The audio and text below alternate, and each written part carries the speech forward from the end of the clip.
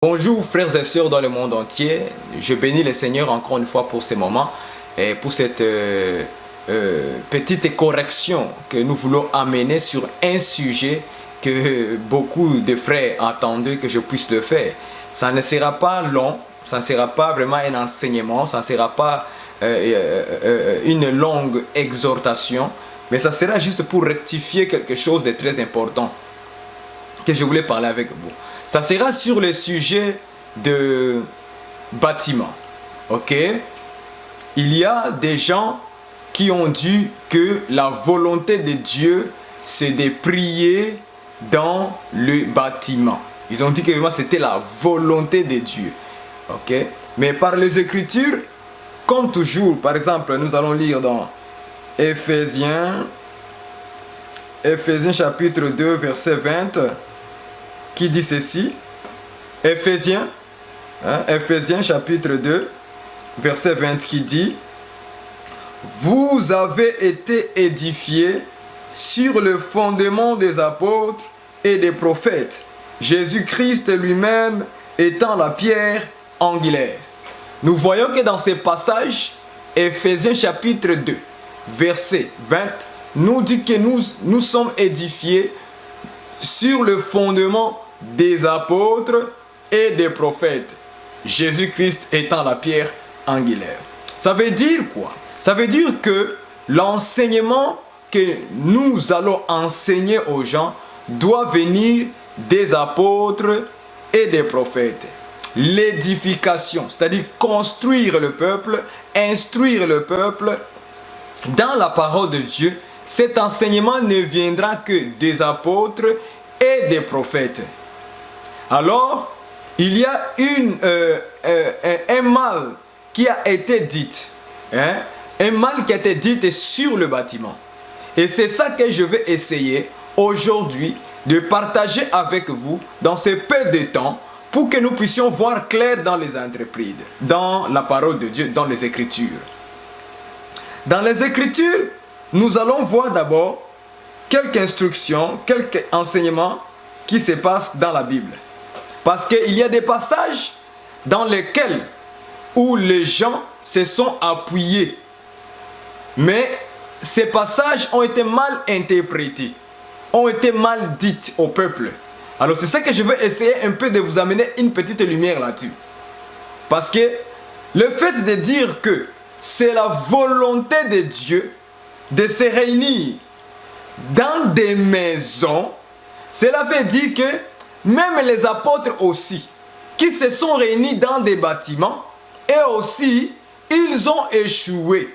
Et aussi, ils ont fait les choses contraires à la volonté de Dieu. C'est-à-dire, autrement, selon vos messages, que ces personnes, que ces prophètes ou que ces apôtres sont allés en enfer. Parce qu'ils n'ont pas accompli la volonté de Dieu. Alors nous verrons dans les Écritures sûrement que ces personnes ou ces prédicateurs, tout ce qu'ils ont dit, est-ce que cela était vrai? Selon les Écritures. Souvent les Écritures qui ont été convoquées dans la Bible ont été mal interprétées, ont été mal dites, parce que tout simplement, Dieu ne les a pas envoyées. Ils n'ont pas parlé par la précision des Écritures ou par le contexte des Écritures. C'est souvent le contexte de l'histoire, de l'Écriture, cela les a échappés. Alors, par ces petites vidéos, peut-être ça va amener une lumière avec précision pour t'aider à toi, mon frère, avant de dire quelque chose au peuple, sois sûr que tu es aussi conforme à la parole de Dieu, aux Écritures écrites par les apôtres. Parce que nous allons voir si les apôtres eux-mêmes n'ont pas prié, n'ont pas aussi fait des enseignements dans le lieu qu'on appelle les bâtiments. Premièrement, la question que nous nous posons, est-ce que les bâtiments et prier dans un bâtiment est un péché? Est-ce que faire un culte dans un bâtiment est un mal? Qu'est-ce que c'est les bâtiments? Les bâtiments, normalement, ce sont des maisons faites de mains d'hommes, fabriquées par des briques. C'est-à-dire, que ce soit une maison où nous habitons, que ce soit les buildings, que ce soit le bureau d'office, que ce soit n'importe quel établissement à l'école, que ce soit hôpital, tout ça on appelle ça bâtiment, c'est-à-dire des maisons fabriquées par des mains des hommes. Est-ce que vous comprenez? C'est ça qu'on appelle en fait un bâtiment. Des maisons qui ont été fabriquées par les mains des hommes. Donc ça veut dire que même votre maison, là où vous priez, là où vous habitez, là où vous dormez, c'est aussi un bâtiment. Ça, il faut que vous compreniez ça comme ça. Le mot bâtiment n'est pas spécialement parce que certaines personnes ont loué une salle, un local. Automatiquement, on le voit comme des gens de mauvaise vie. Non, non, non. Il ne faut pas définir un peuple qui prie, un de vos frères ou vos sœurs qui prient dans un bâtiment, dans un local à louer, dans une salle à louer, comme étant des gens de mauvaise vie. Là, vous aurez mal agi et mal faire. Et là, vous serez de méchants envers Dieu. Donc, il faut faire attention quand vous, les prédicateurs, quand vous faites des déclarations sur certains enseignements. Il faut que vous soyez sûr que tu as parcouru toute la Bible au complet pour avoir une bonne connaissance et dire les gens les choses qui sont vraies avant de les confirmer. Et être sûr que tu es conduit par le Saint-Esprit. Parce que c'est lui qui va te montrer bien les versets et les lire bien le contexte. Prenons l'exemple par rapport... D'ailleurs, prenons un exemple. Prenons l'exemple de Actes. On va lire cela. Actes des Apôtres, chapitre 7, verset 48. Exemple. L'histoire de Étienne. Quand Étienne s'est trouvé avec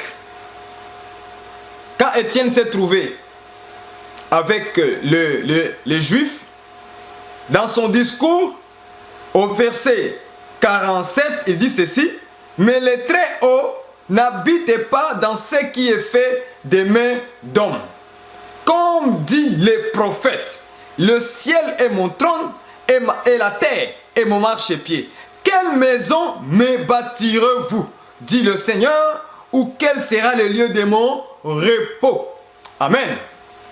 Donc, nous voyons que dans le contexte de notre bien-aimé Étienne, quand il faisait son discours envers les Juifs, il parlait aux Juifs à la manière des Juifs. C'est-à-dire, il les a commencé à expliquer à Abraham jusqu'en descendant à Salomon qui avait construit une maison pour l'Éternel.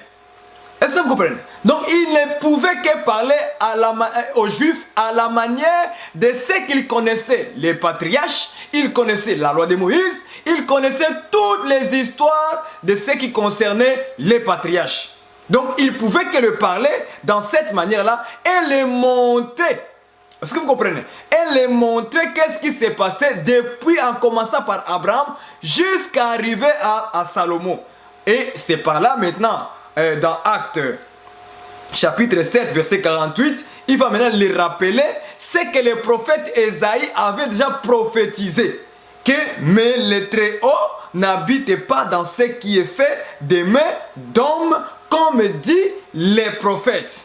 C'est-à-dire que Étienne parlait aux Juifs parce qu'ils étaient attachés au temple de Jérusalem. Ils étaient attachés au temple de Jérusalem. Il ne les a pas parlé parce que les Juifs construisaient des temples pour faire l'adoration. Non, non. C'est parce qu'ils avaient déjà une institution d'adoration, une manière de faire leur culte. Donc c'est par là, les Juifs ne savaient pas que le culte était changé maintenant. Ce n'était plus un culte physique, mais un culte spirituel. Est-ce que vous comprenez? Prenons l'exemple de Pierre, de notre bien-aimé Paul aussi. Dans Paul, chapitre 17, au verset 24. Allons-y voir notre bien-aimé aussi Paul, ce qu'il va dire. Mais les deux contextes, ça ne sera pas la même chose. Regardons Paul aussi, il va parler aux Athéniens. Acte 17.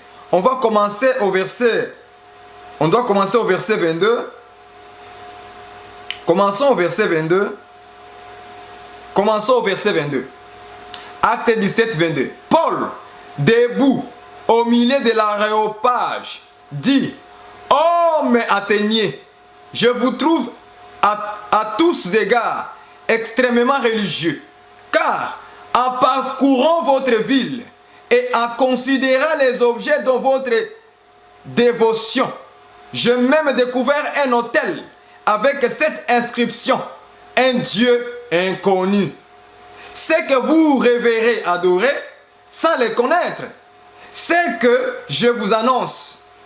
Le Dieu qui a fait le monde et tout ce qui s'y trouve, étant le Seigneur du ciel et de la terre, n'habite point dans ces temples faits des mains d'hommes.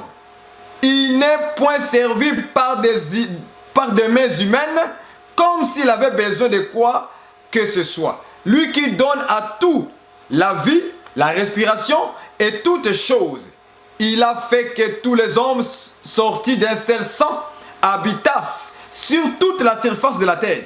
Ayant déterminé de leur demeure, il a voulu qu'ils cherchassent le Seigneur et qu'ils efforçassent de le trouver en tâtonnant, bien qu'il ne soit pas loin de chacun de nous, car en lui nous avons la vie, le mouvement et l'être. C'est ce que dit aussi quelques-uns de vos poètes. De lui, nous sommes la race. Ainsi donc, étant la race de Dieu, nous ne devons pas croire que la divinité soit semblable à de l'or, à de l'argent ou à de la pierre sculptée par l'art et l'industrie de l'homme. Et nous disons Amen. Voilà cette histoire de Paul. Paul aussi a parlé un peu comme Étienne, en disant que Dieu n'habite pas dans des temples faits des mains d'hommes. Étienne a dit: Dieu le Très-Haut n'habite pas dans ce qui est fait des mains d'hommes. C'est la même chose. Pourquoi le contexte de Paul est un peu différent du contexte d'Étienne? Étienne a parlé aux Juifs qui connaissaient la loi et qu'ils avaient une adoration faite dans les temples de Jérusalem. Tandis que ici les Athéniens, ce sont des gens, des païens qui n'ont pas Dieu. Mais ils avaient leur façon de faire de l'adoration. Dans leur esprit, ils avaient leur manière d'adorer Dieu. Leur Dieu, le Dieu de l'or, le Dieu du bois, le Dieu du métal. Vous comprenez? Les idoles. Ils avaient leur manière de faire l'adoration. Cependant, avec les Athéniens, c'est un peu différent parce que Paul n'a même pas convoqué un prophète. N'avez-vous pas remarqué ça? Lisez très bien ce passage. Acte 17, 22 en descendant. Vous allez voir que Paul n'a pas convoqué le nom d'un prophète. Tandis qu'avec Étienne, il a convoqué les prophètes en disant, comme dit les prophètes, puis il a cité ce que les prophètes avaient dit. C'était qui? Ésaïe 66, au verset 1 à 2. Vous comprenez? Mais avec Paul, il n'a pas convoqué un prophète. Avec Paul, il ne les a pas parlé à la manière comme tout ce qui est écrit dans le Torah. Pourquoi? Parce que les Athéniens étaient des païens. Ils ne connaissaient pas les prophètes. Ils n'avaient pas de prophètes. Comme Ésaïe, comme Salomon, comme David, comme Abraham, comme Moïse. Non.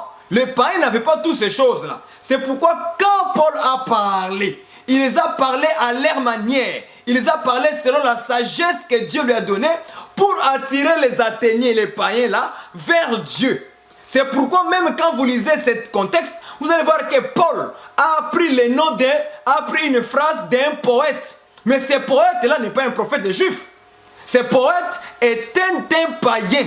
Alors Paul va utiliser une phrase qui semble être d'un bon sens pour les attirer vers Dieu. C'est pourquoi il a dit que, comme dit votre poète, en parlant des poètes des Athéniens, il a dit quoi? Que nous sommes aussi de sa race. Cette phrase-là, nous sommes aussi de sa race, ça ne vient pas de Dieu, ça vient d'un poète. Est-ce que vous comprenez? Parce que comme la phrase a du bon sens pour attirer ces Athéniens, ces païens vers Dieu, Paul veut simplement dire que nous sommes créés à l'image et à la ressemblance de Dieu. Comme la phrase là, nous sommes de sa race, ça semble aussi à la phrase biblique qui qui veut dire que nous sommes créés à l'image et à la ressemblance de Dieu, humainement parlant. Est-ce que vous me comprenez? C'est pourquoi les contextes de Paul et les contextes de Étienne étaient différents. Maintenant, Paul va commencer à parler, il ne les a même pas parlé des prophètes de la Bible. Même pas Ésaïe, même pas Salomon. Rien du tout. Mais il les a parlé selon la sagesse que Dieu lui a accordée. C'est pourquoi, dans l'évangélisation, là je parle aux évangélistes et tous ceux qui évangélisent. Je parle ainsi. Écoutez, quand vous allez parler aux païens, ayez la sagesse de Dieu, une bonne manière à les parler. Est-ce que vous comprenez? Parce qu'ils ne connaissent pas beaucoup les Écritures. N'allez pas parler aux païens avec la Bible, avec le verset biblique. Non, n'utilisez même pas que non, Salomon a dit, David a dit. Non, ne parle pas comme ça à un païen. Parle-les à leur manière. C'est pourquoi Paul disait qu'avec les Juifs, je suis juif. Avec le païen, je suis païen. Pourquoi? Pas pour faire les péchés, mais quand il parlait, il prenait leur façon de voir les choses. Et il utilisait cela maintenant pour les ramener vers Dieu. C'est ça en fait, être avec les païens, je suis comme un païen. Avec les Juifs, je suis comme le Juif. Pourquoi? Parce que les Juifs, ils connaissaient la loi. Donc pour parler aux Juifs, il faut les parler selon leurs propres lois. Avec les non-juifs, les païens, il faut les parler à la manière des Juifs. Est-ce que vous comprenez? À la manière, plutôt à la manière des païens. Pour les attirer vers Dieu. C'est pourquoi vous allez voir que dans Actes, chapitre 17, verset 22, en descendant, Paul commence à dire ceci, que j'ai regardé. C'est-à-dire qu'il a observé d'abord leur manière d'adorer, leur manière de voir les choses, et c'est par là maintenant qu'il a commencé à parler. Il dit, j'ai observé ce que vous faites comme adoration. J'ai observé votre Dieu. Et en plus, j'ai vu une inscription où on écrit qu'un Dieu est connu. Donc vous adorez un Dieu que vous ne connaissez pas. C'est par là maintenant qu'il a commencé son discours. Est-ce que vous me comprenez? On doit avoir beaucoup de sagesse avant de prêcher. Beaucoup de sagesse avant de parler aux gens. Il faut d'abord les écouter et apprenez à prendre les connaissances pour l'utiliser en fait de l'attirer vers Dieu. Jusque-là, est-ce que vous me comprenez? C'est très très très important. Donc nous voyons que les contextes de Paul et les contextes de Étienne étaient des choses différentes. Étienne a parlé aux gens qui connaissaient la loi et tout le Torah. Mais Paul a parlé aux gens qui n'avaient même pas la loi de Dieu. Ils ne connaissent même pas les prophètes Ésaïe ni Salomon. C'est parce que c'est eux qui ont parlé sur le bâtiment. Parce que quand Étienne a pris, il a dit que Dieu, le Très-Haut, n'habite pas dans ce qui est fait de main d'homme. Là, il faisait allusion à quoi? Au temple de Jérusalem. Est-ce que vous comprenez? Mais quand Paul a parlé aux Athéniens, c'était par rapport à quoi? C'était par rapport à leur faux dieu, au dieu de l'or, de l'argent, du bois. Par rapport à leur temple physique, parce que les Athéniens pensaient dans leur tête que Dieu était dans leur temple qu'ils ont construit là, des mains d'hommes. Est-ce que vous comprenez maintenant les deux contextes différents? Aussi longtemps qu'on ne les comprend pas d'abord de cette manière ici, on va dire aux gens les mensonges en prenant les mêmes versets pour dire, regardez, Dieu n'habite pas dans ce qui fait des mains d'hommes. Tous les bâtiments là-bas, Dieu n'y est pas là-bas. Sortez, sortez. Non, non, non, non, mon ami. Moi je dirais, restez, jusqu'à ce que Dieu va t'ouvrir les yeux pour sortir là où il y a des mauvaises pratiques. Est-ce que c'est un bâtiment qui est mauvais? Ce n'est pas les bâtiments qui est mauvais. Ce sont les cœurs des hommes qui est mauvais. Dieu n'a rien à voir avec les bâtiments, les maisons ou un building. Partout là où tu peux prier, Dieu il s'en fout. Dieu il veut quelqu'un d'un cœur sincère. Dieu veut quelqu'un qui puisse avoir un cœur pur. C'est pourquoi Paul a dit, invoquez le Seigneur avec un cœur pur. Il n'a pas dit invoquer le Seigneur dans des maisons, non. Il n'a pas qualifié une maison comme un lieu d'adoration. C'est pourquoi nous devons bien enseigner les gens pour que les gens comprennent quelle est la volonté de Dieu. La volonté de Dieu, c'est que nos cœurs soient purs. Et que le jour où Jésus-Christ reviendra pour nous prendre et que nous soyons prêts pour partir. Non pas les bâtiments. Prier dans un bâtiment, dans une salle à louer, dans un local à louer, ou bien dans ta maison, dehors, au bord de la mer, dans la forêt. Cela n'importe rien. Ça n'a rien à voir. Ça n'a rien à voir. Pourquoi? Nous allons vous donner une écriture. Allons-y dans 1 Timothée chapitre 2 verset 8. nous allons voir cette écriture. 1 Timothée. J'aime la parole. 1 Timothée. 1 Timothée. Allons-y voir. 1 Timothée, chapitre 2, verset 8. Écoutez ce que les Écritures disent, frères. C'est ici que nous avons dit que cet enseignement de dire aux gens que prier dans un bâtiment est un péché, et ce n'est pas la volonté de Dieu. Nous disons que c'est un faux enseignement, nous devons corriger cela. Et je le dis avec beaucoup de force et beaucoup de révélations. Écoutez ce que la Bible dit. Par 1 Timothée 2,20. Je veux donc que les hommes prient en tout lieu, en élevant de mains pures, sans colère ni mauvaise pensée. Ça, c'est l'apôtre Paul qui dit ça. Si réellement ces gens-là avaient lu ces passages, ils n'auraient pas dit que la volonté de Dieu, il faut qu'on prie dans une maison. Non, non, non, non. La Bible dit que je veux donc que les hommes prient où? En tout lieu. Tout lieu, ça veut dire quoi? Vous pensez que tout lieu, c'est seulement la maison? Non. Tout lieu veut dire, tout simplement dire, ça peut être dans un local à louer, une salle à louer, ça peut être au bord de la mer, ça peut être dehors, ça peut être au parc, ça peut être dans votre maison, ça peut être dans un building, ça peut être dans votre voiture, ça peut être dans le métro, ça peut être dans le tramway, ça peut être dans l'avion. Vous voyez, ça peut être partout là où vous voulez prier. Donc, juste cet verset ici, 1 Timothée 2,8, ça vient détruire tout cet enseignement-là. Pourquoi? Parce que les gens qui enseignent, ils n'ont pas pris le temps de rassembler les versets et de bien dire les choses selon l'inspiration du Saint-Esprit. La rapidité d'avoir dit les choses, ils ont dit les mensonges. Ça n'a jamais été la volonté de Dieu de prier dans une maison. Ce n'est pas ça la volonté de Dieu. Ce n'est pas cela qui est la volonté de Dieu. Non, non. Nous contestons cela par l'écriture de 1 Timothée, chapitre 2, verset 8. Je veux que les hommes prient. C'est prier, non? Prient. Où? En tout lieu. Tout lieu, ça veut dire quoi? Tout lieu, c'est tout lieu. Partout là où vous voulez. Donc ça n'a rien à voir. Le problème, ce n'est pas les bâtiments, mon frère. Le problème, c'est le cœur des hommes. Donc arrêtez de nous focaliser sur le bâtiment. Oh non, on fait des doctrines sur le bâtiment, il faut prier dans des maisons. Non. On prie partout, là où nous voulons prier. Ce n'est pas un lieu que Dieu va agréer. Non. C'est le cœur disposé à la prière qui est très important.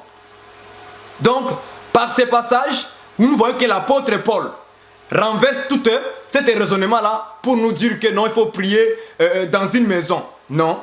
Nous prions partout là où nous voulons. Et nous allons vous montrer les Écritures. Est-ce que les apôtres aussi n'ont pas loué des locales? Ils n'ont pas enseigné dans le local? Oui. Les apôtres aussi ont enseigné dans des locales. Ah oui. Pourquoi? Nous allons voir cela. Allons-y voir cela, frère. Allons-y voir. Actes des apôtres. Actes des apôtres, chapitre 19. 19 au verset 9. Allons-y voir cela. Ça va nous aider à vous montrer que l'apôtre Paul aussi lui-même, il est allé enseigner dans une école. Prenons Acte 19, verset 9.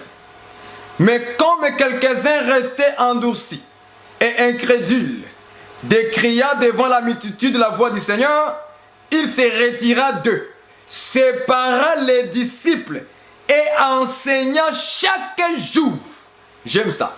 Et enseigna chaque jour dans l'école d'un nommé Tyrannus. Ça, c'est l'apôtre Paul qu'on parle ici dans Acte 19, verset 9. Vous pouvez lire tout au complet. Paul est allé prêcher dans une synagogue. Il y a eu un nombre de personnes qui ont cru et d'autres n'ont pas cru. Alors, qu'est-ce que Paul a fait? Il a séparé ceux qui ont cru au Seigneur. Il les a amenés où? La Bible est claire. Il les a séparés, les disciples. Et enseignant chaque jour dans l'école d'un nommé Tyrannus. Ah bon? Donc, Paul aussi a enseigné dans un bâtiment. Vous voyez ça? Donc Paul est allé en enfer, selon vous. Paul est parti en enfer. N'est-ce pas? Parce qu'il a enseigné dans un bâtiment. Il a enseigné dans un bâtiment. L'école, c'est quoi? Une école, c'est un bâtiment. C'est une maison construite des mains d'hommes. Donc Paul est allé en enfer. Selon vous. Moi je dirais non. Tout simplement parce que vous n'avez pas bien scripturé les Écritures. Si une soeur, un frère ne dispose pas sa maison, mais nous allons louer une salle. Ah oui, nous allons louer une salle. Si nous prions dans une maison d'un frère, d'une soeur, et que cela dérange les voisins, cela dérange les voisins, nous allons faire quoi? Nous allons louer un local, une salle. Nous allons louer une salle. Est-ce que vous me comprenez? Nous allons louer une salle parce que ça n'a rien à voir, frère. Ça, c'est un faux enseignement. Non. Regarde, Paul a pris dans une école d'un nommé Tyrannus.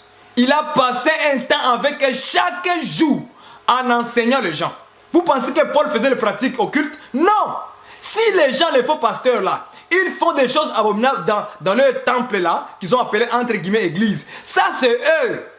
Ça c'est eux. Ça ce n'est pas Paul. Paul il enseignait les royaumes des cieux. Il enseignait la parole de Dieu. En tout cas pour moi frères et sœurs, moi ça ne me dérange pas que les gens se réunissent dans un local, dans une salle, dans une école, peu importe l'établissement, moi ça ne me dérange pas. Dans votre maison, ok.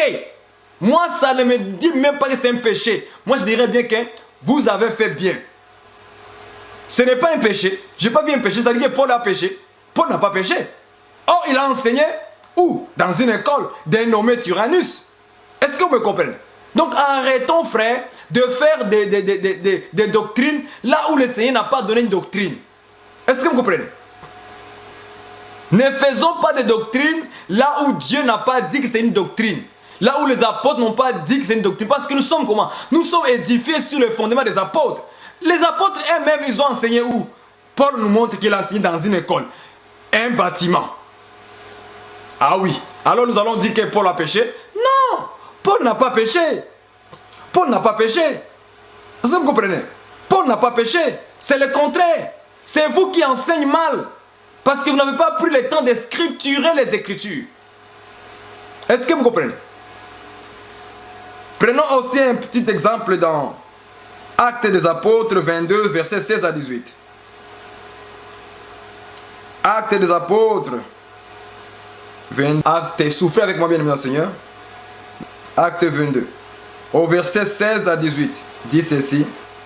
Et maintenant que t'as-tu, lève-toi, sois baptisé et lavé de tes péchés, en invoquant le nom du Seigneur. De retour à Jérusalem, comme j'ai prié dans les temples. Est-ce que vous avez vu ça? Des retours à Jérusalem, verset 17. Des retours à Jérusalem, comme j'ai prié dans les temples. Je fus ravi en extase. Et je vis le Seigneur qui me disait, hâte-toi et sors promptement de Jérusalem, parce qu'ils ne recevront pas ton témoignage sur moi. On parlait ici de Paul. Quand il a reçu le Seigneur, et que Ananias a été envoyé par le Seigneur pour l'ouvrir les yeux, par la grâce du Seigneur. Et maintenant, quand Paul s'est levé, lui, il est parti dans les temples. En allant dans des temples de Jérusalem, il a commencé à prier. Il priait où? Dans les temples. Pendant qu'il priait, la Bible dit qu'il était en extase. Et le Seigneur lui a parlé. Est-ce que vous comprenez? Le Seigneur lui a parlé et lui disait, hâte-toi et sors promptement de Jérusalem, parce qu'ils ne recevront pas ton témoignage sur moi. La question que nous posons, est-ce que Dieu s'est limité au bâtiment, au temple de Jérusalem? Non.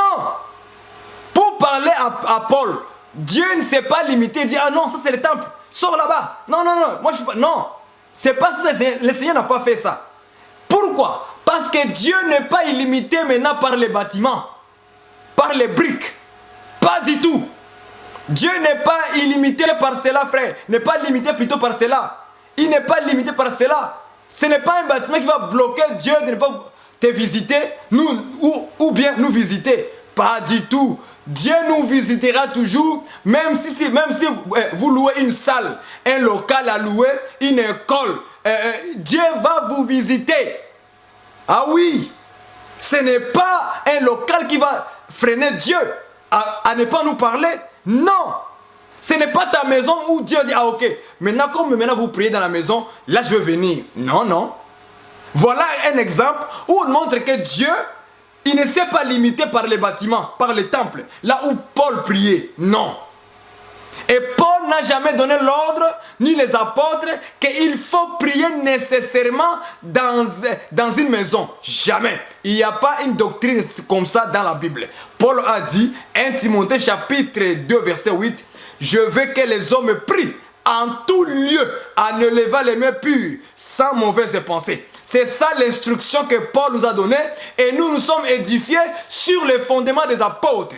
Paul est un apôtre, il n'a pas donné un ordre ou bien une instruction, une recommandation de vouloir prier maintenant dans des maisons. Ils n'ont pas dit cela. Ça, c'est un faux enseignement qu'il faut nettoyer, qu'il faut rejeter.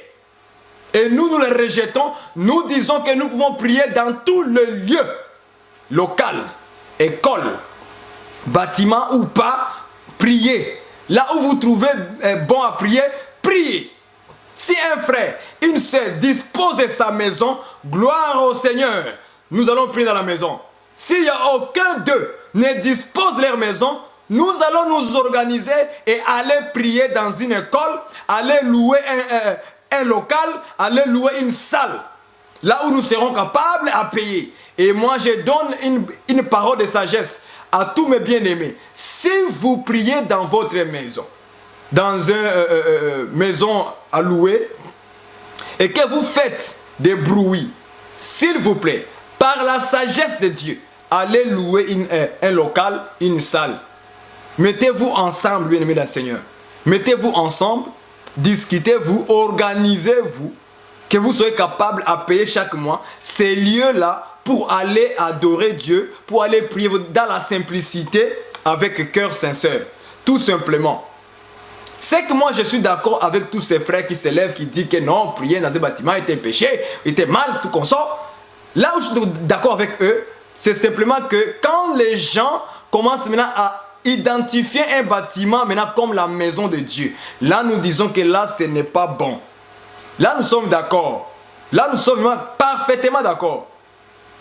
On ne peut pas qualifier un local à louer, ça c'est la maison de Dieu. Non.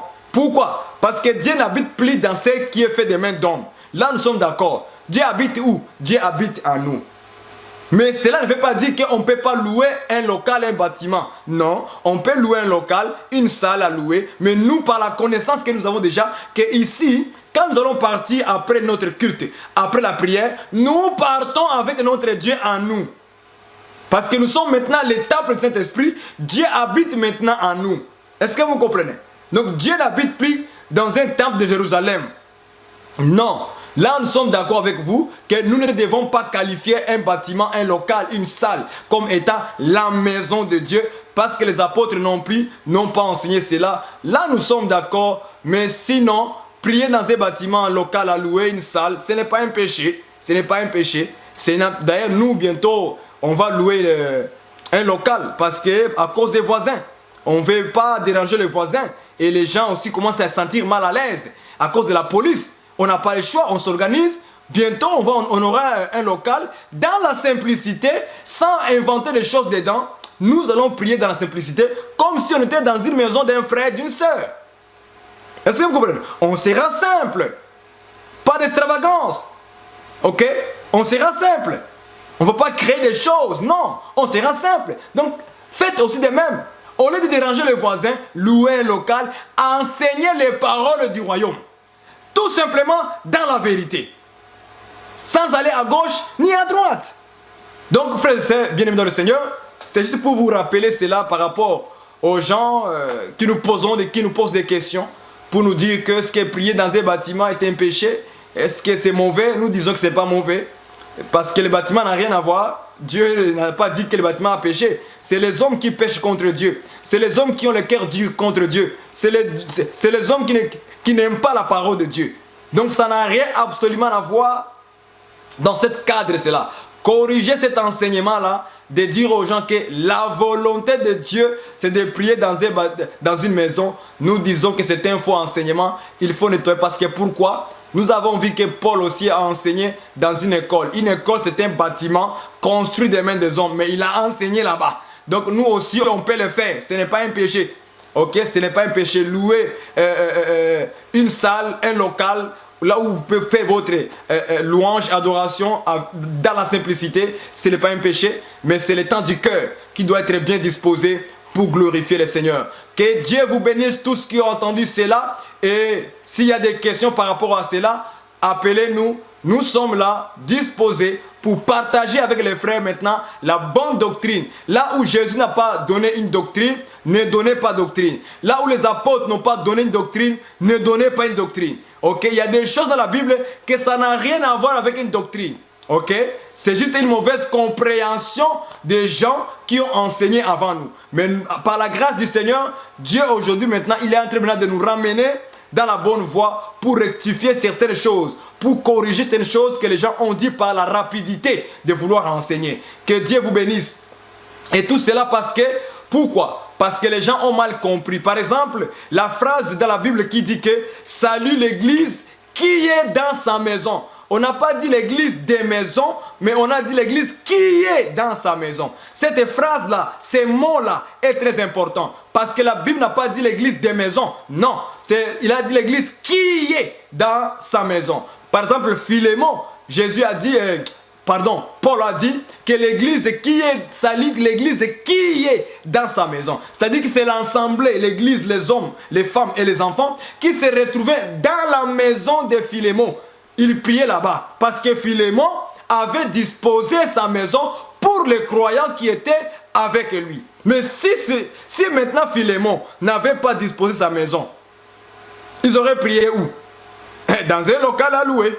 Ah oui, dans un local à louer.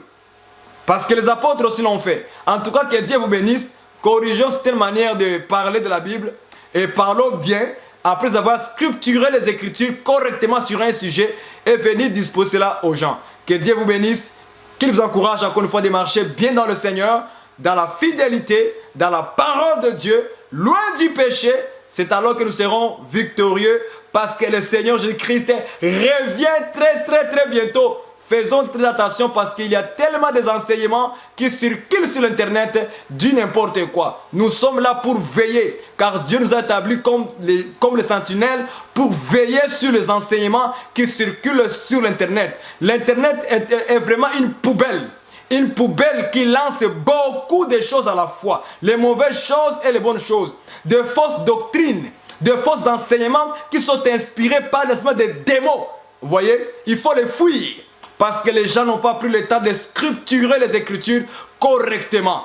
Donc Paul a dit dans 1 Timothée chapitre 2 verset 8, « Je veux que les hommes prient en tout lieu, en élevant les mains pures et sans mauvaise pensée. » Que Dieu vous bénisse. Amen.